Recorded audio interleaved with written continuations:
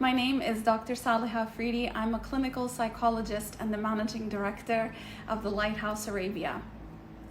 Today I'm going to be doing the third of my talks on values and the benefits of values in our lives and to our overall sense of happiness and well-being.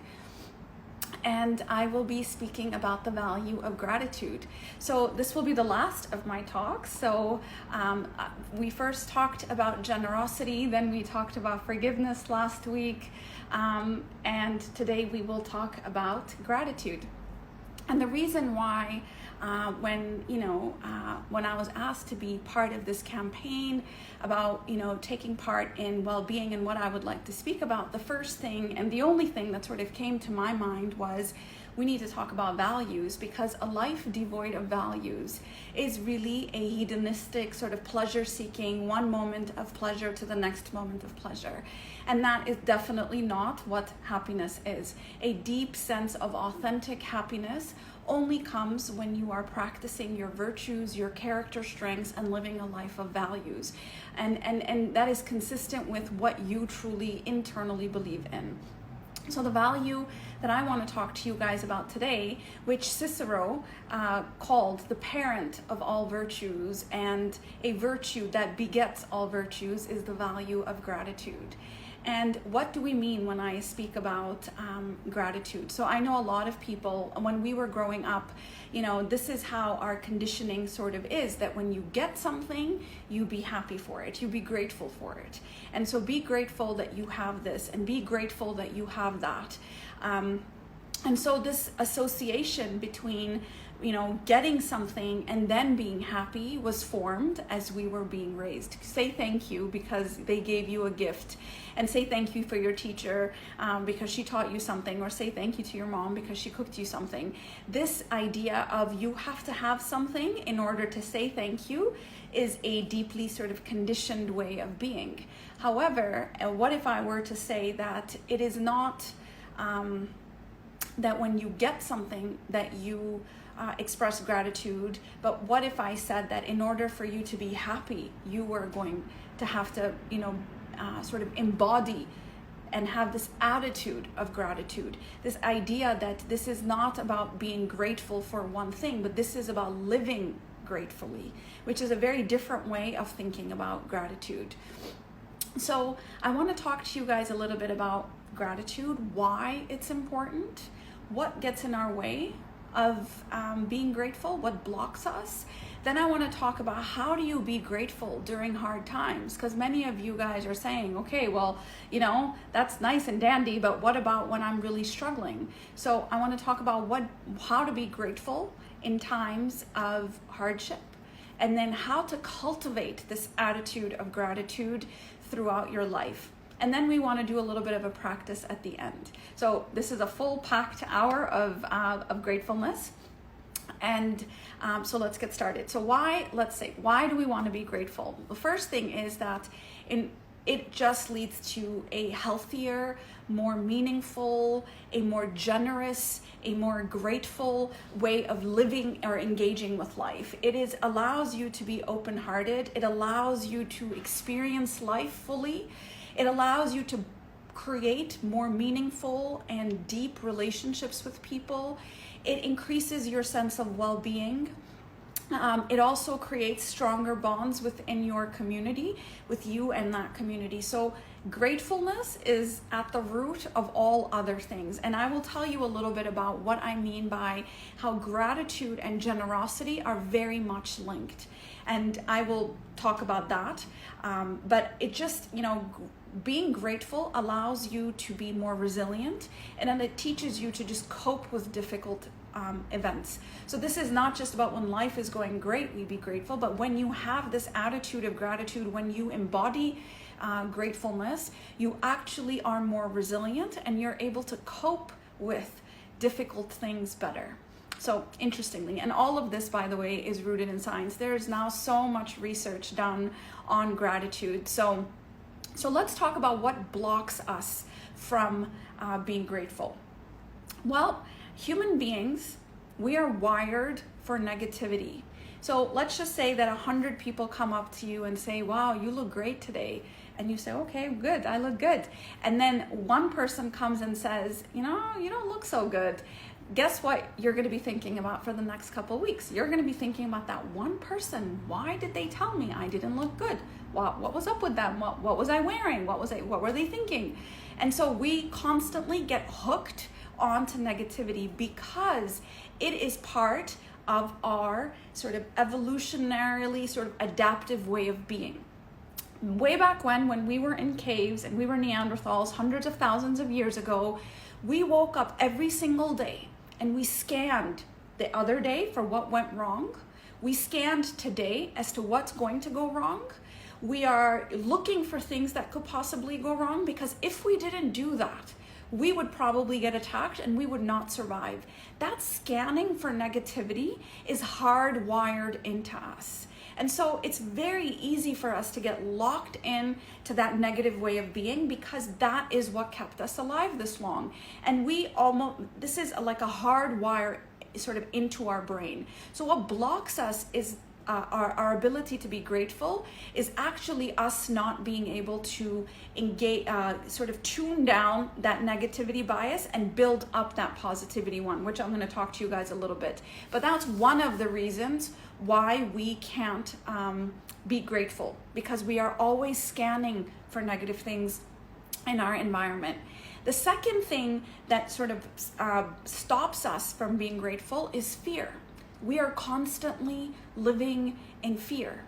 This fear of, when we feel insecure, especially nowadays when there's so much uncertainty in the air, when there's insecurity and uncertainty in the air, we feel insecure. And when we feel insecure, we buckle down. We move into fight or flight mode. And that fight or flight mode closes us off, literally blocks us off and cuts us off from experiencing the world in an open-hearted way.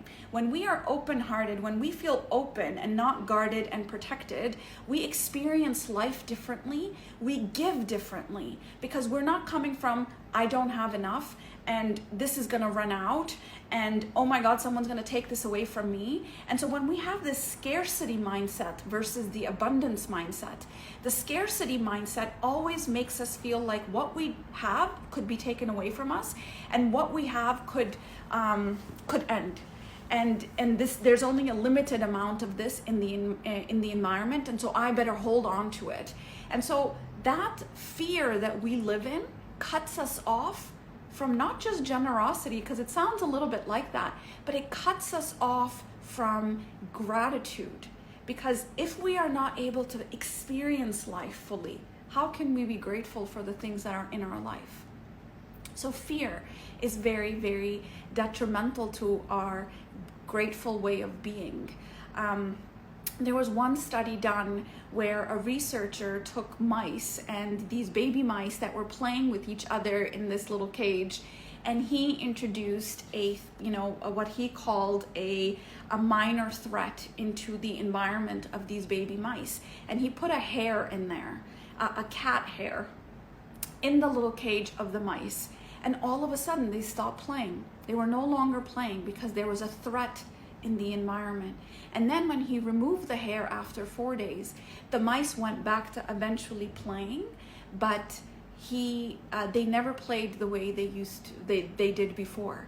So think about how much fear you might have in your life and how much that might be cutting you off from the joy and the experience of life in which you can't, and that's why you can't be grateful.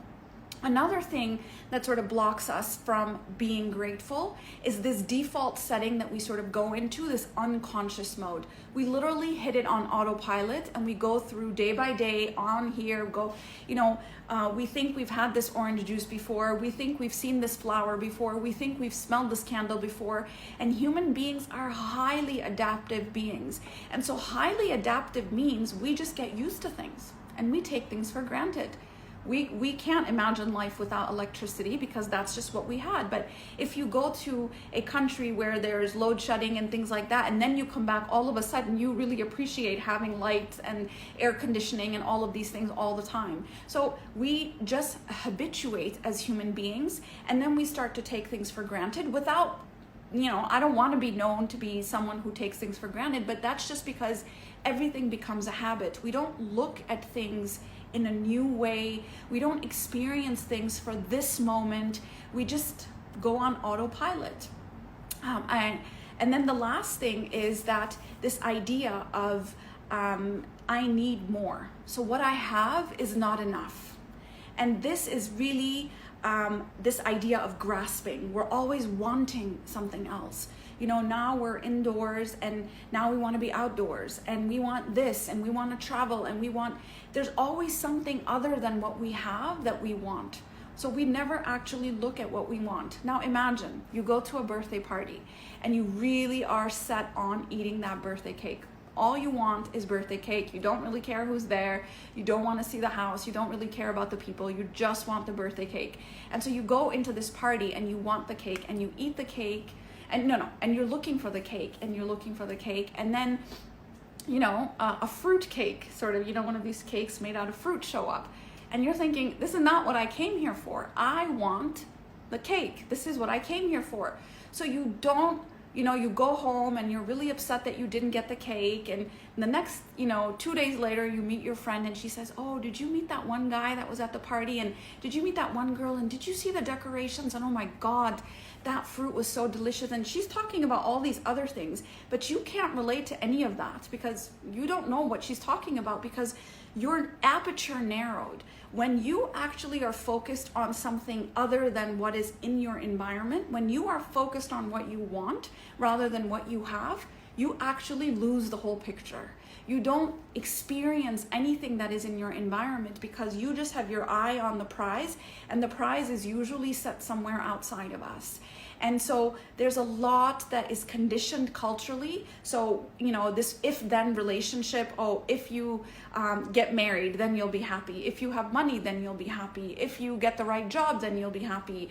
If COVID is over, then you will be happy. And if you have this and if you have that, then you will be happy. This if-then relationship is very much about, if I have the cake, then I'll be happy. And that's just not, you miss the whole picture. Of course, you would have been happy if you had the cake, but what about everything that you are missing as a result of that? And there's another thing that really sort of feeds into that is social media. Social media and all the social comparison about, look at what she's doing and look at what he's doing and look at where she traveled and look at what she got for her birthday present and look how he got proposed to. All of this social comparison, they say comparison is the thief of joy. And joy and gratefulness obviously go hand in hand. So this constant comparison to people, is really, really detrimental to your mental health, to your happiness, to your well-being. It makes us ungrateful for what we have. It actually even makes us completely not notice what we have. So these are some of the blocks: habituation, fear, grasping, and then this negativity bias. And so those are things that sort of block us. They close off our heart, they narrow our aperture, they make us very sort of small-minded in the way we go through day by day. And that obviously is not the essence of gratitude. And so let's talk about gratitude and how we can cultivate that.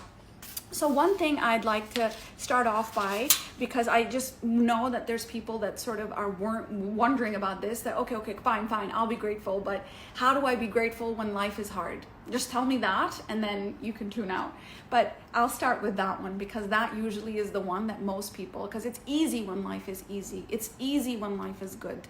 But it's not easy when life is hard. So how do you be grateful when life is hard? And what, and I'm just going to say it, and research shows this as well, that it is not easy to cultivate gratitude in difficult times, and it is not natural. that we naturally are going to feel sorry for ourselves. We're going to feel bad. We're going to feel unhappy. And these are very normal and natural reactions to experiencing loss or betrayal or any difficult life circumstance. So, but there is something that science has sort of differentiated, which is there's the feeling of gratefulness, and then there is being grateful. So the feeling of grateful is when I feel something good and I feel grateful for it. Being grateful is actually an attitude. It is an enduring sense of being. It is the grateful living, that in every moment there is an opportunity for me, that I'm alive, that I can even experience this. There is gratitude in that. So it actually is not about gain or loss, which is what grateful, feeling grateful is, but it actually is about embodying a way of being that just experiences life as opportunities rather than a good or bad. So what does that look like? So there was a research study done, and this research study broke up the group into 3 groups, and they asked these people to think about a negative experience. Okay, it could have been loss or betrayal or some sort of victimization, and they said, we want you to think about this negative experience. Then they took these 3 groups of people and they said, the first group, we want you to just go write about something. It doesn't matter what you write about. The second group, we want you to write about the thing that happened to you. And then the third group, we want you to write about what you are grateful for as a result of this experience. So that's the third group.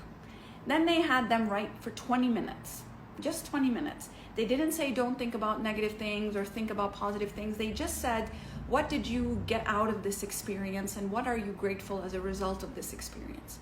And they found that after 20 minutes of this exercise, the people that were in the third group that actually were looking for things that they sort of changed or something was different about them or they were grateful for that, they had less intrusive thoughts, they had more closure over that experience, they made meaning out of that experience, they didn't ask, why is this happening to me? They didn't blame themselves as much because they made meaning out of that experience. And so it's so important that we find a way to think about looking at difficult life experiences through a lens of gratefulness and opportunity. Now, like I said, it doesn't come naturally. It is an intention you have to make that this bad thing has happened to me. So let's just say I lost my job. This is a difficult life experience for me. And then you sit down and you say, what am I learning about myself through this experience? So the questions they mentioned, what did it teach me? What ability did it draw out in me? It showed me that I'm resilient, or it showed me that I can still be playful. It showed me that I still have a lot of love in my life. It showed me that, I'm a lot more creative than I gave myself credit for. So that's what you start writing about. Now, they found that in research is that it does not help to just completely talk about the negative story. This is not a venting session. This is not a session where you're complaining about your life. That actually is going to impact you negatively. This is about telling a story in a way that gives you perspective over what is happening. And that perspective is, what can I be grateful for? And then one of the books that I always recommend, which sort of sits back here all the time at arm's length, is The Man's Search for Meaning.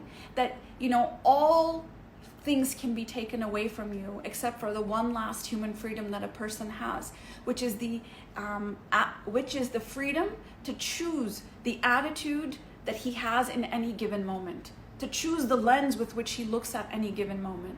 And this man went through very difficult things in his life, and he actually said, I will choose to just look at this thing differently because no one can take that away from me. And so that is what research shows, that when you're going through difficult things, you can actually frame it differently by looking at the opportunity in it, looking at what you're grateful about it, looking at what it taught you, looking at what it's pulling out in you, what virtues, what what sort of, values are being activated inside of you. That's what you want to focus on. So that's what you want to do when you are actually struggling and you are looking to still be grateful in that time of struggle. So let's see. I am going to look at some questions really quickly before I jump into what other things you can do. Let's see.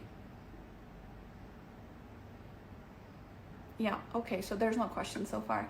Okay, if you guys have questions, let me know. And I think if anything, there's, somebody who is saying that, what if like I said, there are people who have gone through violence. There are people whose rights have been taken away. There are people whose struggles are very, very, they don't know what they're going to eat tonight for dinner. They don't know, so people that go through very difficult life experiences, they said the same exact thing to those people, which is you look for the thread of opportunity. You look for the thing that can actually sort of grow you through this experience, because that's really is what's going to keep you sort of resilient through it. That this isn't happening to me, this is happening for me. This is the mantra that you guys probably have heard me say before, is that this is not happening to me, it's happening for me. And if I can just figure out why it's happening for me, which is where is the lesson in this, what am I learning from this, then we're all in a good place. So the next thing I want to talk to you guys about is how can you cultivate this grateful living kind of way of being, okay? And it actually is very easy. It's simple, but it's not very easy. Not in the world we live in right now. In a world where we're all living up in our heads, in a world where we're not in the moment, in the world where we feel we're constantly running from one thing or running away from another thing. This avoidance or grasping is always there.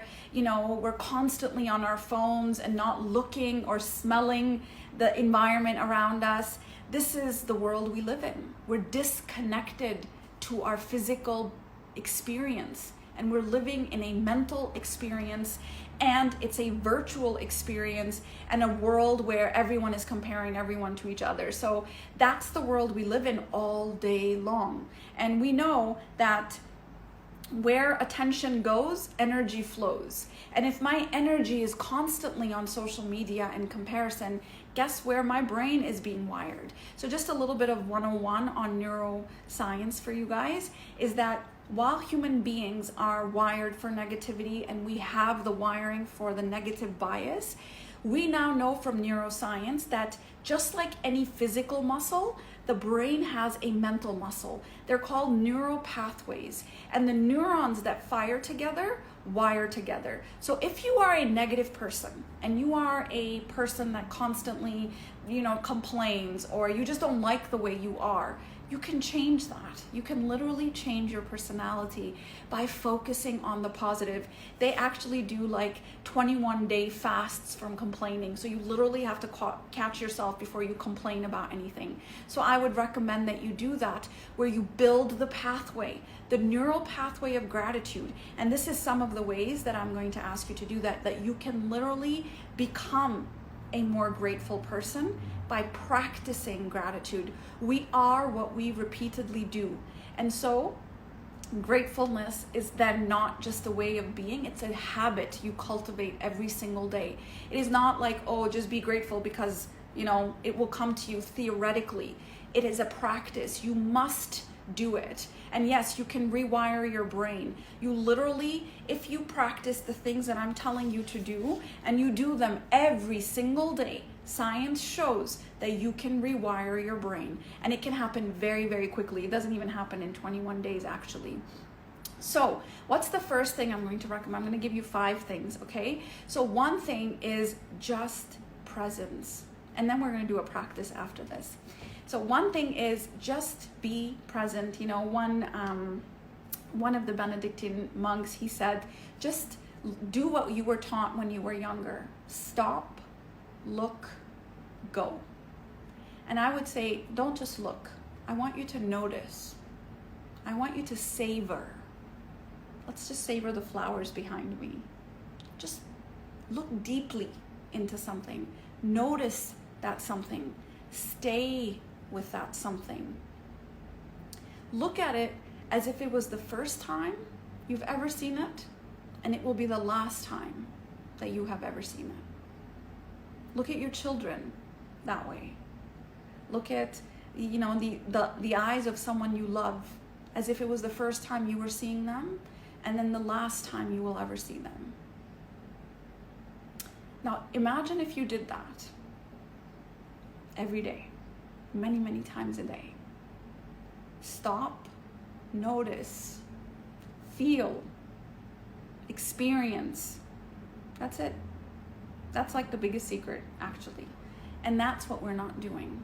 We think, oh, I've seen a rose before, okay, whatever. And I've smelled this candle before, but if you just stay with that, and sometimes, some people say stay with it for 10 times, 10 seconds, or 10 minutes, whichever one you can do. I'll do 10 seconds.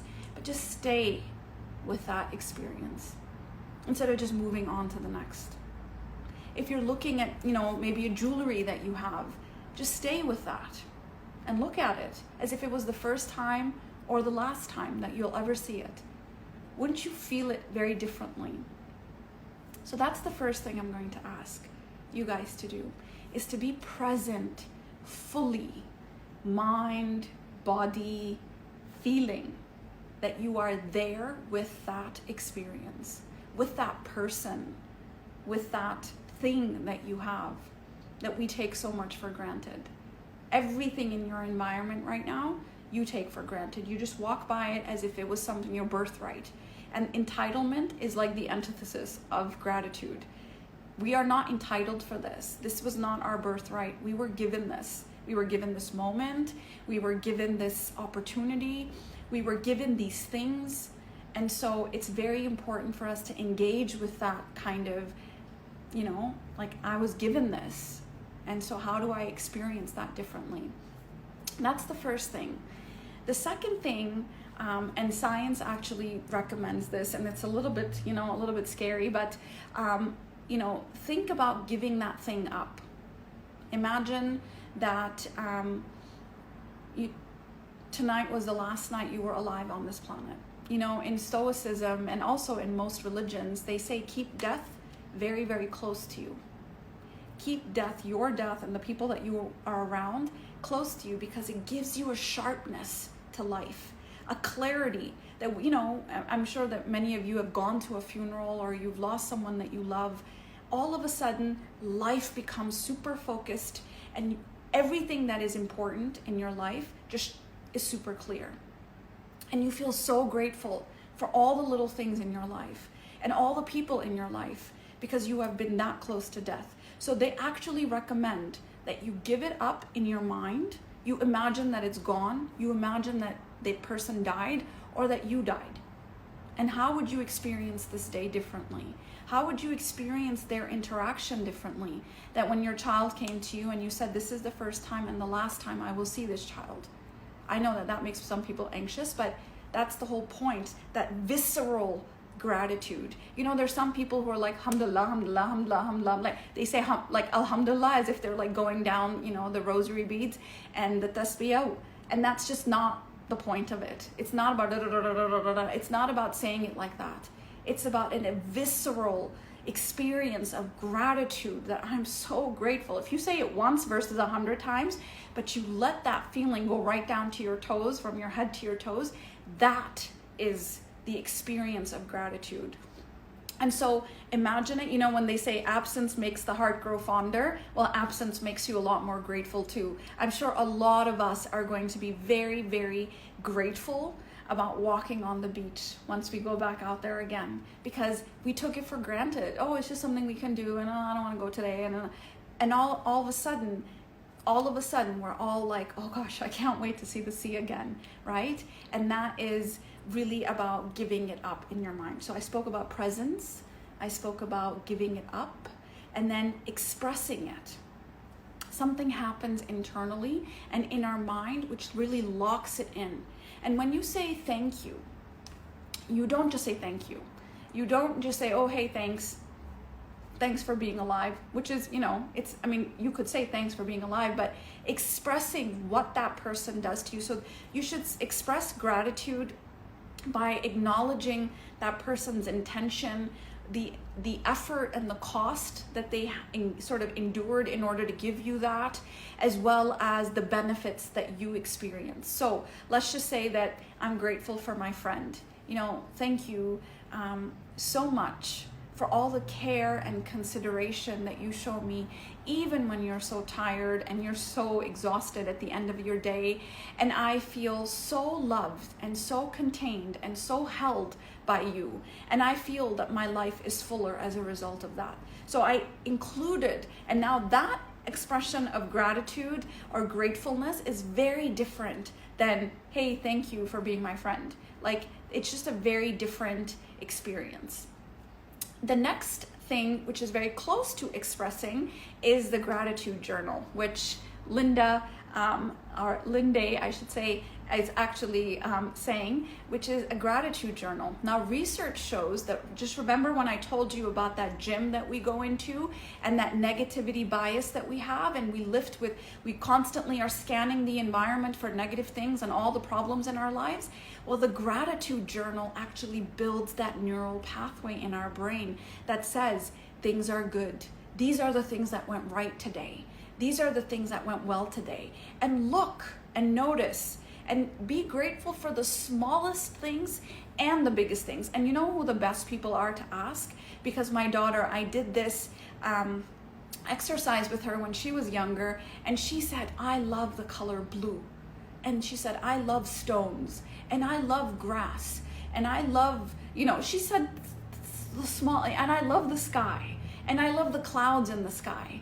And so these are the small things that we just sort of, obviously they're not small things, but it's really about looking at every little thing in your life and imagining it was no longer there, like air conditioning. Apparently I'm thinking a lot about air conditioning today. Or imagine life without flowers, or imagine life without candles, or imagine life without food. All of us are experiencing, many of us are experiencing, Ramadan, and we're hungry, and all day long we're wondering about coffee. Now imagine there was no coffee on the planet, or imagine there was no sort of whatever you love at the, when you break your iftar. That's like, and then you say, thank you, God. Thank you for this experience. So that will go in your gratitude journal, and you write about that. But don't just write. Don't let it be a cerebral exercise. When you give, let it come from your heart. But by the way, that becomes easier when you're more grateful, because when you're grateful, your heart opens up because you're happy, and happy people tend to be more generous. So that's just the way things work. So gratitude actually opens your heart when you're experiencing joy and, wow, this is so amazing, this awe that you are in life, and this, you're amazed with everything. That experience actually opens your heart. It softens your heart.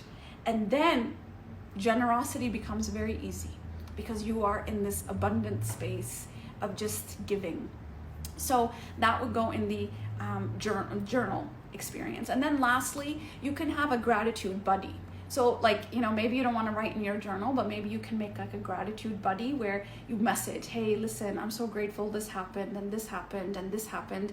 And then you can share that. There's something that, meaningful that happens when you share that experience with someone and not just a journal. So it's like a journal, and you guys can create even, maybe I should have like a, gratitude page. But it would be great if people just shared that, I'm grateful for this.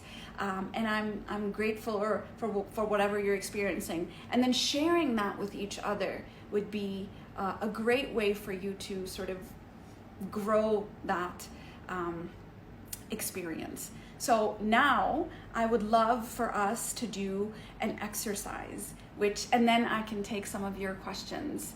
And the exercise, it's actually a gratitude meditation practice. And so I'm gonna ask you guys to close your eyes. Please do this. I know you're gonna love it, so just trust me on this one. And so I want you to close your eyes and take some deep breaths.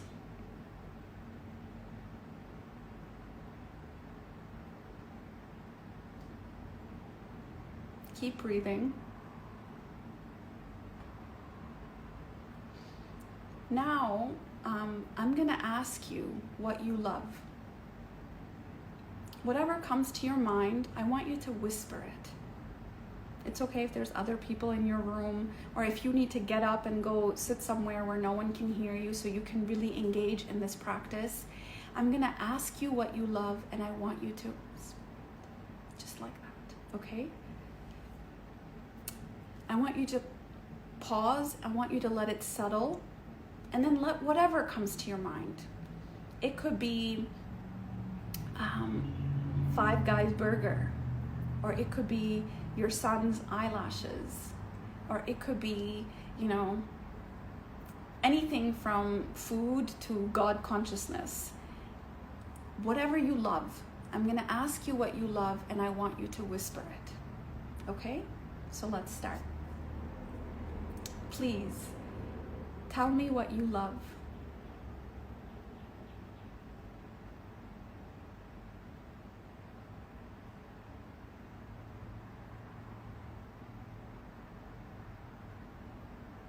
Thank you. Please, tell me what you love.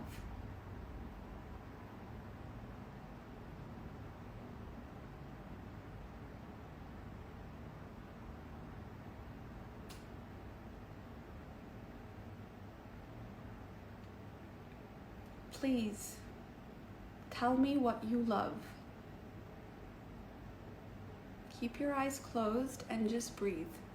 I want you to really be with the experience. I want you to feel that person or that thing through and through your body. When I say, please, tell me what you love, I want you to feel that experience. Imagine that they're here with you, or imagine that thing is that you're engaging with it. Okay, so you don't have to write anything, you can just whisper it. Okay? Please, tell me what you love.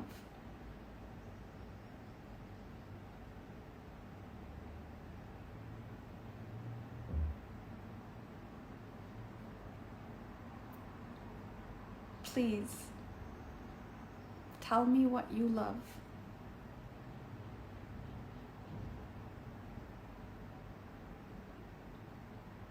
This works better, guys, if you actually close your eyes and experience it. Please, tell me what you love.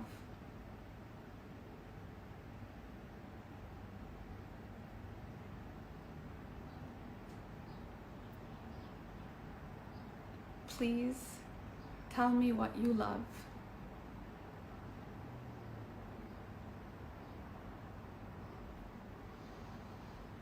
Now, I want you to take one thing, and I want you to pick one thing out of all the things you picked, or a new thing if you want, and I want you to feel it very, very directly.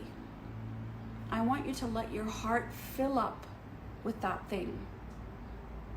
What is it about that thing that you love?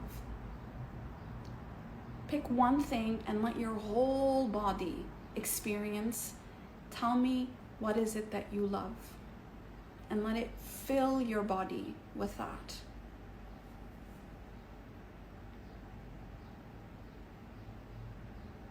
I just want you to stay with that feeling. Close your eyes, guys, and be with that experience. Let it fill you. Allow your heart to be filled with it.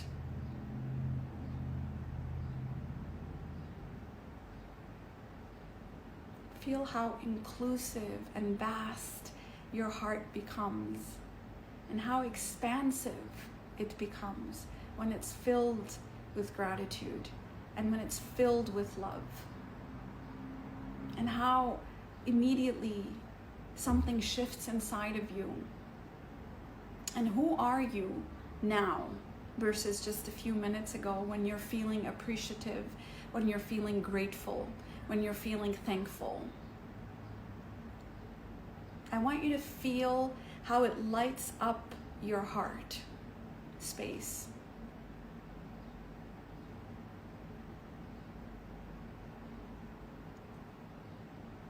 if you can, I want you to tell someone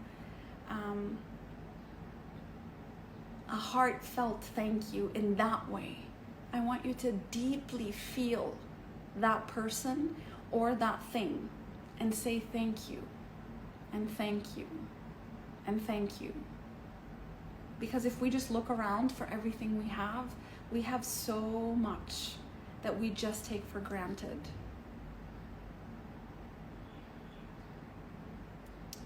So whenever you sort of find yourself in a negative space, I want you to engage in that meditation, which is called, please tell me, what is it that you love? And then you say it again. Please tell me, what is it that you love? And you wait for 10 seconds and let it seep through you. And let it seep through you, and then you shift to the next thing.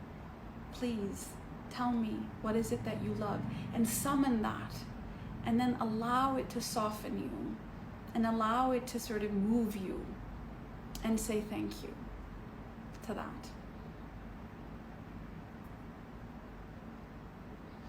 So that's what I have for you guys today. If you have any questions, I can take those questions now. I just want you to think about and be on alert as to what amazing things are around you right now. I want you to, when you eat your food, stop, notice, smell, taste, say thank you. And don't just, sip it or eat it quickly. I want you to say thank you, because you are embodying gratitude, right? This is not a head thing, guys. Gratitude is a full, visceral, embodied experience. That's what gratefulness is. And imagine that thing no longer in your life. Imagine you not being alive to be here to engage with that. That's what I have for you guys. And I really feel that all the time. I feel so grateful, and I think that there's just, and I actually have a sort of, probably a bad memory, and so I look at things as a beginner all the time. I look at things for the first time. So I'm glad that you're in tears. I'm glad that it moved you, and that's basically how we need to be living. And in that moment, we actually forget that this is COVID and oh my God, the world is coming to an end. In that moment, we feel the love and the care and the vastness of this moment. It's just amazing what we can do with just changing our perspective. We don't have to stop feeling negative feelings. We just have to shift our perspective into what gratitude is. And a lot of times people think the opposite of sadness is happiness, but the opposite of sadness is actually gratitude. And if you have gratitude, everything else comes with it.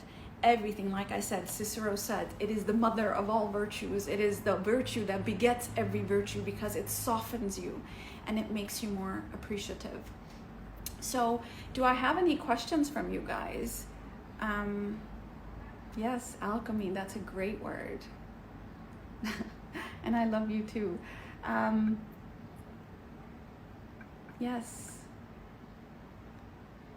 Okay, well, if I don't have any other questions, come on guys, no questions? Really? Was I so thorough today? So let me just do a quick recap then for everyone that's still here.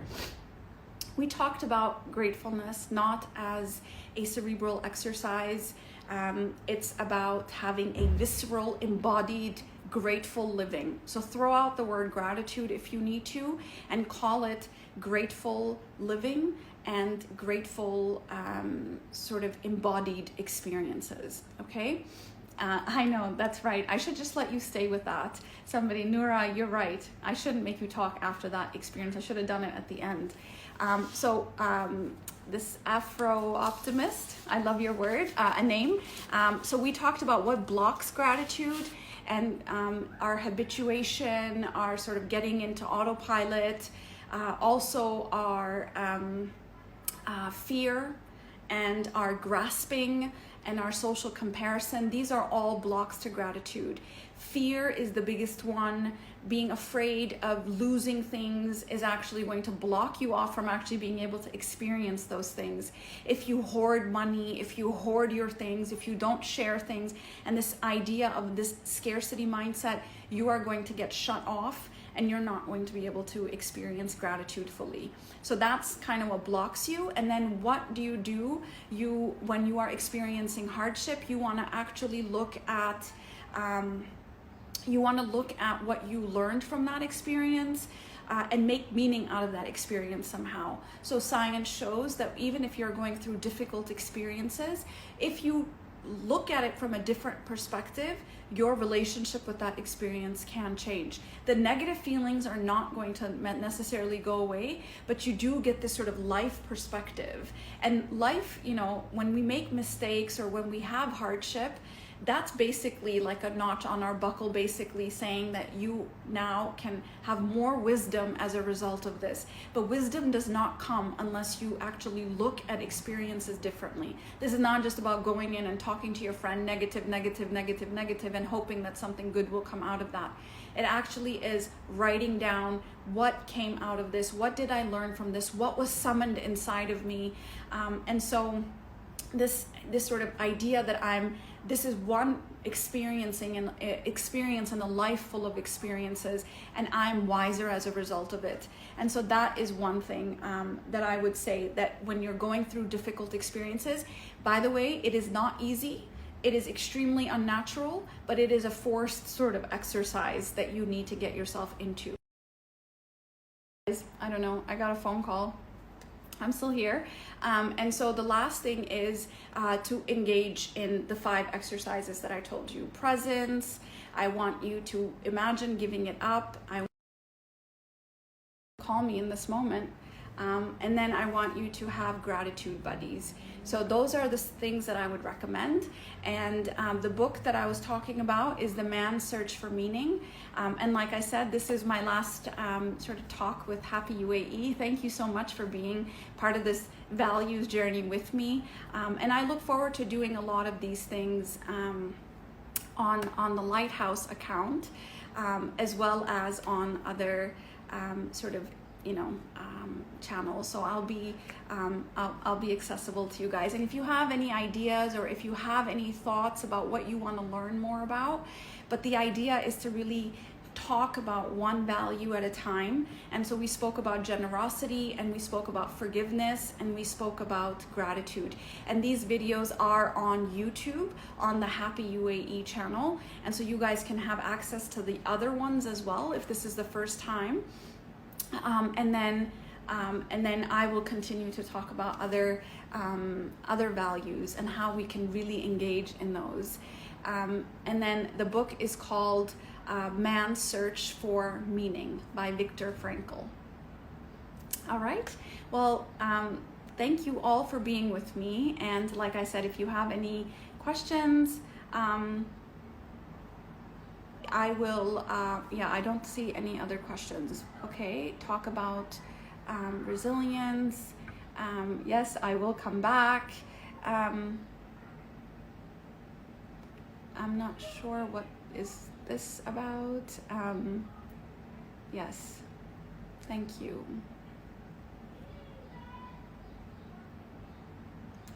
I'm not a shrink, guys. Shrinking is narrowing. I am more of a you can call me an alchemist or someone who expands. So shrink is making something small and reductionist, which is I'm an anti-shrink. I would be more about expanding and making meaning out of difficult experiences rather than shrinking them into bite-sized pieces so we can absorb them. We are much bigger than that. Life is way bigger than that. Yes, the idea of abundance mindset is so, so important. I think, what if we woke up every morning and we said, thank you, I have enough and I have everything I need? What if we just made that a practice? What if we taught our children, just wake up every morning and say, thank you, I have enough, and I don't need anything more in my life. And so what if we did that?